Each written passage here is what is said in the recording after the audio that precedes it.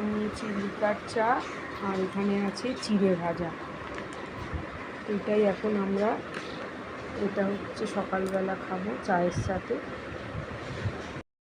সকাল বন্ধুরা, দেখুন কি রান্না করেছি আজকে। রান্না করেছি মাছের ডিমের বড়া। এটা মাছের ডিমের বড়া। এখানে আছে ইলিশ মাছ, সাথে একটুখানি তেল আছে অল্প, এই যে একটু দেখুন একটু অল্প তেল আছে।